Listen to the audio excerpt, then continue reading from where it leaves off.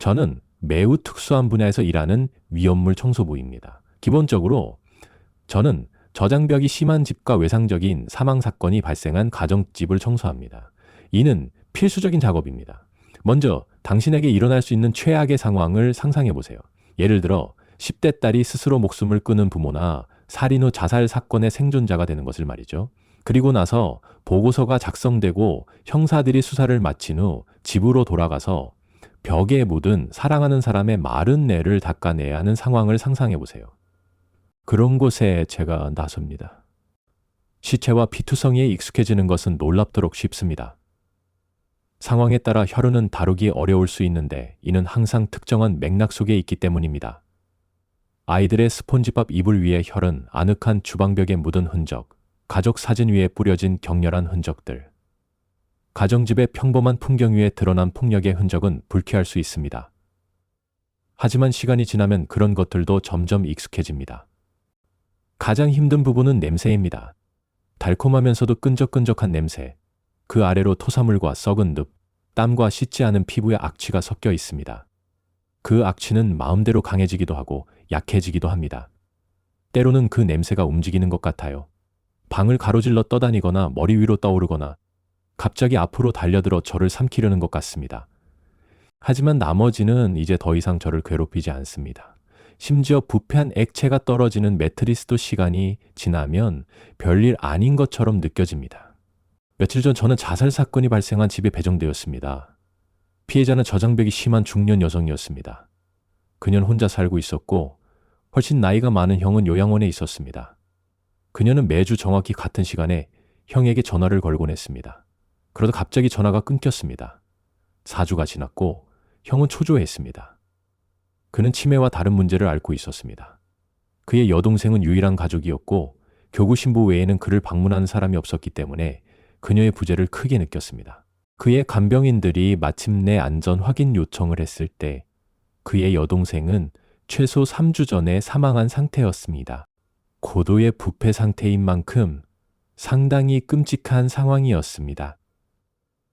다행인 점은 이곳이 추운 봄이라서 냄새가 다소 완화되었다는 것입니다. 그 집은 깔끔하고 좁은 2층 주택으로 약간 방치된 마당과 뒤쪽에 작은 사과나무 숲이 있었습니다. 특별할 것 없는 평범한 집이었죠. 하지만 나는 전혀 다른 이야기였습니다. 심각한 저장벽 상황을 설명하기는 어렵습니다. 방 전체가 말 그대로 쓰레기 더미로 가득 차 있습니다. 옷과 봉제 인형, 책과 종이, 저렴한 주유소 장식품, 고양이 모래, 죽은 동물, 오래된 전자제품. 목록은 끝이 없고 어떻게든 모든 것이 똑같이 보입니다. 그냥 쓰레기와 잊혀진 물건들이 서서히 집을 점령해 가는 모습입니다. 이 여성도 마찬가지였습니다.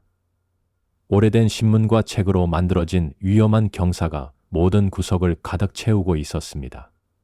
크리스마스 트리, 봉제 인형, 접시, 쓰레기, 베개 등이 나머지를 채우고 있었고 답답하고 더럽고 악취가 나는 상태였습니다. 청소부로서 우리는 보통 모든 것을 버립니다. 더러움과 생물학적 위험물질 때문에 기부가 불가능합니다. 만약 귀중한 물건, 보석류, 골동품 등을 발견하면 유산으로 따로 보관합니다. 하지만 대부분의 물건들은 우리가 쓰레기 봉투에 담는 것보다 가치가 없습니다. 다시 말하지만 이 여성도 마찬가지였습니다. 집 뒤쪽까지 길을 내는데 이틀이 걸렸고 방을 완전히 비우는 데는 사흘이 걸렸습니다. 계단을 치우는 데는 하루가 걸렸는데 왠지 모르게 계단에는 말라붙은 식물과 테이블 소금으로 보이는 것들이 덮여 있었습니다. 부동산 정보, 우리는 항상 집에 들어가기 전에 이런 정보를 수집합니다. 에 따르면 2층에는 침실 2개와 사무실이 있었습니다. 여기서 갑자기 상황이 이상해졌습니다. 침실들은 깨끗하게 정리되어 있었는데 이는 불가능한 일이었습니다. 계단 전체가 바닥부터 천장까지 쓰레기로 가득 차 있었기 때문입니다. 이 여성이 여기를 청소할 수 있었을 리가 없었습니다. 매일 창문을 통해 들어왔다고 해도 이 상황은 저장벽 행동과는 전혀 맞지 않았습니다. 갑자기 소름이 돋는 것을 무시하고 각 침실을 검사했습니다. 여성의 시체에서 나는 악취가 완전히 스며들었지만 침실들은 완벽하게 깨끗했습니다. 벽에 페인트마저 반짝였습니다. 사무실은 더 예상에 가까웠습니다. 바닥부터 천장까지 죽은 식물, 표본 상자, 그림들로 가득 차 있었습니다. 약 12개의 박제 동물들이 벽을 향해 가지런히 줄지어 앉아 있었습니다. 아래층만큼 더럽지는 않았지만 제 예상에 더 부합하는 모습이었습니다. 냄새 때문에 대부분의 물건들 멋지긴 했지만 응구지할 수 없었습니다. 3주 동안 악화된 시체 냄새를 가정용품에서 제거할 수 있는 신뢰할 만한 방법은 없습니다. 그래도 저는 대부분의 물건들을 자세히 살펴보았습니다. 저는 아마추어 동물학자입니다. 어렸을 때 스티브 어윈이 되고 싶어 했고 생물학을 전공하기도 했습니다. 그리고 여기서 모든 것이 매우 이상해졌습니다. 먼저 표본 상자들입니다. 이들은 보통 10x12 크기의 작은 유리 디스플레이로 죽은 곤충과 꽃을 고정해 두는 데 사용됩니다. 예를 들어 나비와 딱정벌레 같은 것들이요. 이것들은 확실히 곤충이었지만 정상적인 곤충은 아니었습니다. 예를 들어 하나는 구릿빛 애벌레였는데 평평하고 거의 인간 같은 얼굴을 가지고 있었습니다. 분홍빛 피부, 주름, 빈 눈구멍으로 가라앉은 눈꺼풀까지 있었습니다. 또 하나는 푸른색, 개 같은 몸통과 가슴 위쪽에서 올려다보는 하나의 마른 눈을 가진 거미 같은 생물이었습니다. 또 다른 하나는 미발달된 거의 태아 같은 생물이었습니다. 주름진 세이지색 피부와 바셋 하운드를 연상시키는 귀를 가지고 있었습니다. 이 시점에서 저는 괴짜 여성의 장난감 컬렉션을 발견했다고 확신했습니다. 박제동물들은 그 농담 이론을 믿기 어렵게 만들었습니다. 제가 처음 본 것은 작고 아름다운 특징을 가졌지만 비정상적인 비율로 인해 훼손된 생물이었습니다. 두 번째는 거대한 광택이 나는 말미잘 같은 생물로 수많은 썩은 구멍들이 촉수에 뚫려 있었습니다. 가장 끔찍한 것은 사람처럼 생긴 생물로 얼어붙은 미소가 귀까지 뻗어 있었고 윗입술 위로 5개의 유리 같은 눈이 아치를 이루고 있었습니다. 이 시점에서 저는 편집증에 걸린 것 같았고 심지어 두려움을 느꼈습니다. 이건 정상이 아니었습니다. 아래층은 전형적인 저장벽 집이었고 위층은 깨끗하고 비어 있었습니다. 그리고 이건 대체 무엇이었을까요? 정교한 가짜, 누군가의 잊혀진 예술 작품. 하지만 이것들이 어떻게 여기에 올라왔을까요? 그리고 어떻게 이렇게 깨끗할 수 있었을까요? 이제 이 물건들이 쓰레기로 분류될 수 있는지 확신이 서지 않았기 때문에 저는 모든 것을 조심스럽게 분류하고 쌓아두었습니다. 그리고 벽 작업을 시작했습니다. 그림들은 말 그대로 퍼즐처럼 벽을 가득 채우고 있었습니다. 대부분은 특별할 것 없이 멋져 보였습니다. 초현실적인 풍경과 스타일화된 생물들이 많았는데 이는 판타지를 좋아하는 저에게는 매력적이었습니다. 하지만 한 그림이 특히 제 시선을 사로잡았고 놓아주지 않았습니다. 약 7피트 높이와 3피트 너비의 이 그림은 방을 압도했습니다. 수백 가지의 녹색, 검은색, 회색으로 그려진 이 그림은 달빛에 젖은 원시적인 숲을 묘사하고 있었습니다. 빛나는 꽃들이 솟아난 나무 뿌리 위에 피어 있었습니다. 키가 크고 위협적인 형체가 나무 사이로 몸을 반쯤 숨기고 있었습니다. 얼굴은 없었지만 넓은 어깨와 길고 힘줄이 도드라진 팔다리에서 힘의 느낌이 분명했습니다. 머리카락이 달빛을 반사하고 있었습니다. 색깔은 분간할 수 없었습니다. 그림자가 너무 깊고 형체의 선과 색조가 너무 불분명해서 추측조차 할 수. 몇 분 후 저는 제 팔에 털이 곤두서 있음을 깨달았습니다. 크게 소름이 끼치며 저는 방을 둘러보는 척하며 돌아섰습니다.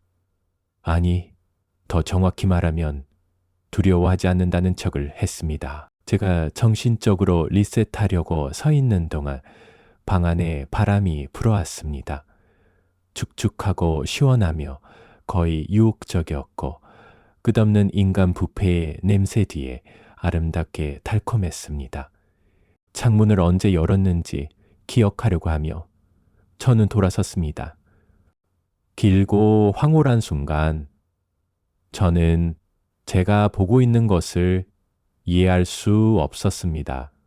그 거대한 그림이 생명을 얻었습니다.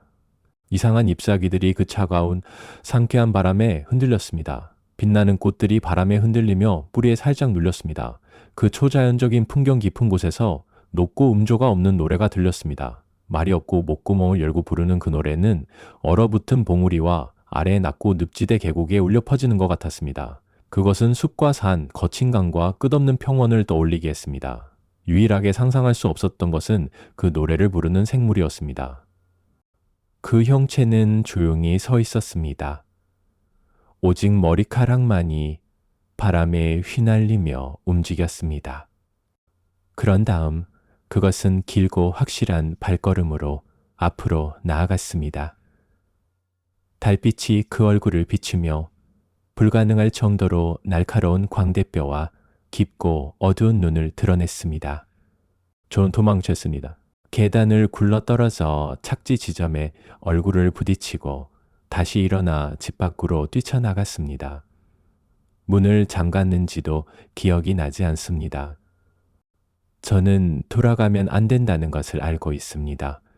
그 그림 속의 것이 무엇인지 모릅니다. 솔직히 그것이 진짜인지도 확신할 수 없습니다. 하지만 문제는 저는 돌아가고 싶다는 것입니다. 제가 두려움이 없어서가 아니라 전혀 그렇지 않습니다. 더 알고 싶기 때문입니다. 저만 그런 건 아니겠죠? 이런 것들을 보고 무엇인지, 왜, 어떻게 일어났는지 묻지 않을 수 있나요? 그 그림 속으로 들어가서 무엇이 있는지 보고 싶지 않을 수 있나요? 모르겠습니다. 한편으로는 다음 달까지 병가를 내고 싶습니다. 하지만 다른 한편으로는 돌아가고 싶습니다. 어쩌면 오늘 밤이라도요. 제가 말했듯이 문을 잠갔는지 확신할 수 없습니다. 꼭 위층으로 올라갈 필요는 없을 것입니다. 그냥 집이 안전한지 확인하려는 것뿐입니다. 제가 가기 전에 만약 갈지라도 이런 것을 경험한 사람이 있나요? 그 박제동물들 중에 익숙한 것이 있나요? 아무래도 어림짐작일 수 있지만 어떤 아이디어라도 있다면 듣고 싶습니다.